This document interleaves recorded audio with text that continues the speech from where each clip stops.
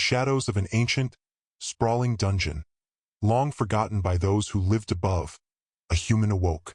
His name, his past, and even the sound of his own voice had been lost in the fog of his memories.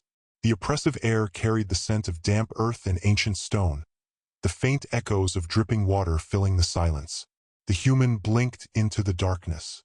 His only light source was a faint, bioluminescent moss clinging stubbornly to the dungeon walls. It cast an eerie green glow that seemed to pulse in time with his heartbeat.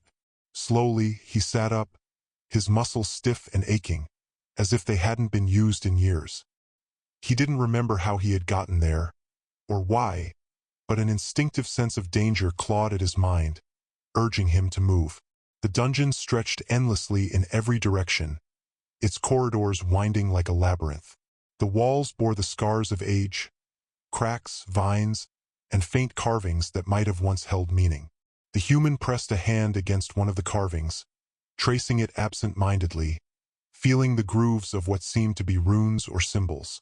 Perhaps they were a clue, but their purpose eluded him. He stumbled forward, his bare feet finding purchase on the uneven stone floor. The silence was oppressive, broken only by his unsteady breaths and the occasional sound of scurrying creatures just out of sight. The dungeon was alive in its own way, as though it were observing him, waiting for something. As he wandered deeper, he discovered the remnants of those who had come before. Rusted weapons and shattered shields lay abandoned in alcoves, their owners long gone. Scraps of parchment, faded and illegible, crumbled to dust at his touch. There was a strange comfort in knowing he wasn't the first to tread this path, though it also filled him with unease. What had become of them? Were they consumed by the darkness, or had they escaped? The human's thoughts were interrupted by a distant sound. It was faint but unmistakable, the scrape of metal against stone. He froze, his pulse quickening. Instinct told him to hide, but there was nowhere to go. The corridor stretched endlessly in both directions, offering no cover. The sound grew louder, closer, until it was accompanied by a low, guttural growl. From the shadows emerged a creature unlike anything he had ever seen. It stood hunched, its sinewy body covered in scales that shimmered faintly in the moss's glow. Its eyes glowed a fiery red, and jagged teeth protruded from its snarling mouth. In one clawed hand, it gripped a rusted sword, its blade chipped and worn but no less deadly. The human's body moved before his mind could catch up. He grabbed a broken spear from the ground and held it defensively, his hands trembling. The creature lunged with a speed that belied its size, and he barely managed to sidestep, the sword grazing his arm. Pain flared, but he didn't have time to dwell on it. He jabbed with the spear, aiming for the creature's torso. The tip struck home, piercing the scaled hide, and the creature let out an ear-piercing screech. The fight was brutal and unrelenting. Each time the human thought he had gained the upper hand, the creature countered with feral cunning.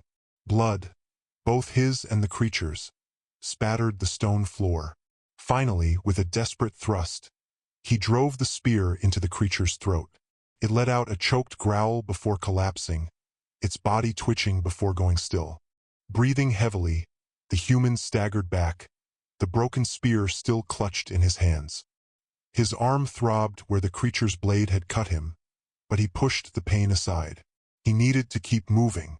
The dungeon had revealed its dangers, and he doubted this would be the last time he would face such a foe.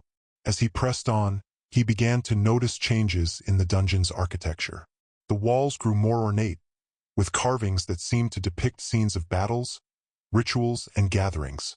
The bioluminescent moss was joined by faintly glowing crystals embedded in the walls, casting an otherworldly light. He felt as though he were being drawn deeper into the dungeon's secrets, as if it had a will of its own. His journey was punctuated by moments of quiet discovery. In one chamber, he found a small fountain of clear water, its surface shimmering like liquid silver. He drank greedily, the cool liquid soothing his parched throat.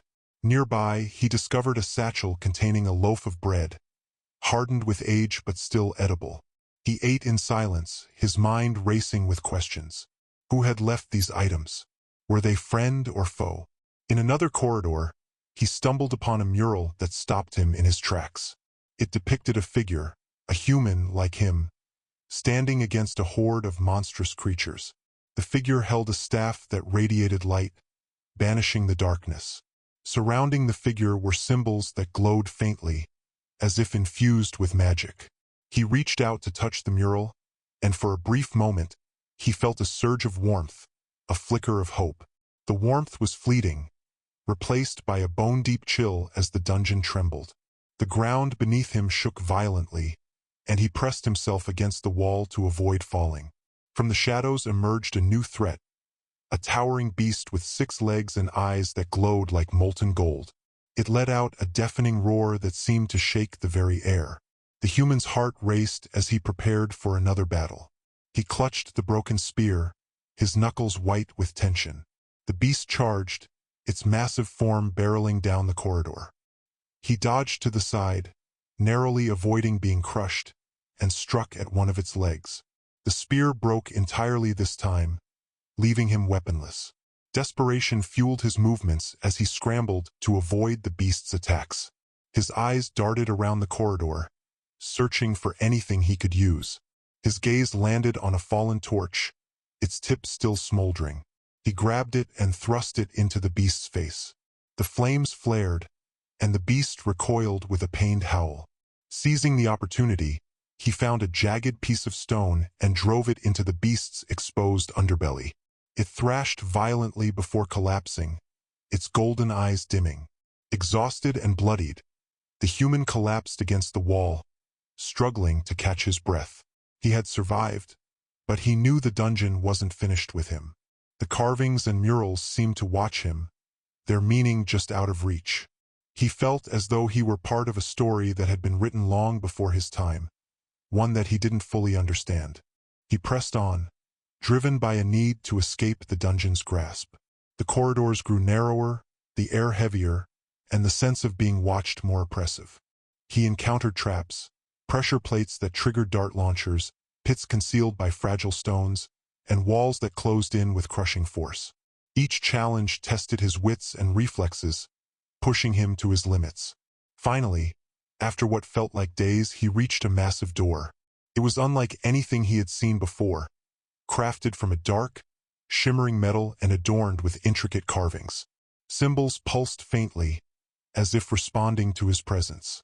He hesitated, his hand hovering over the door's surface.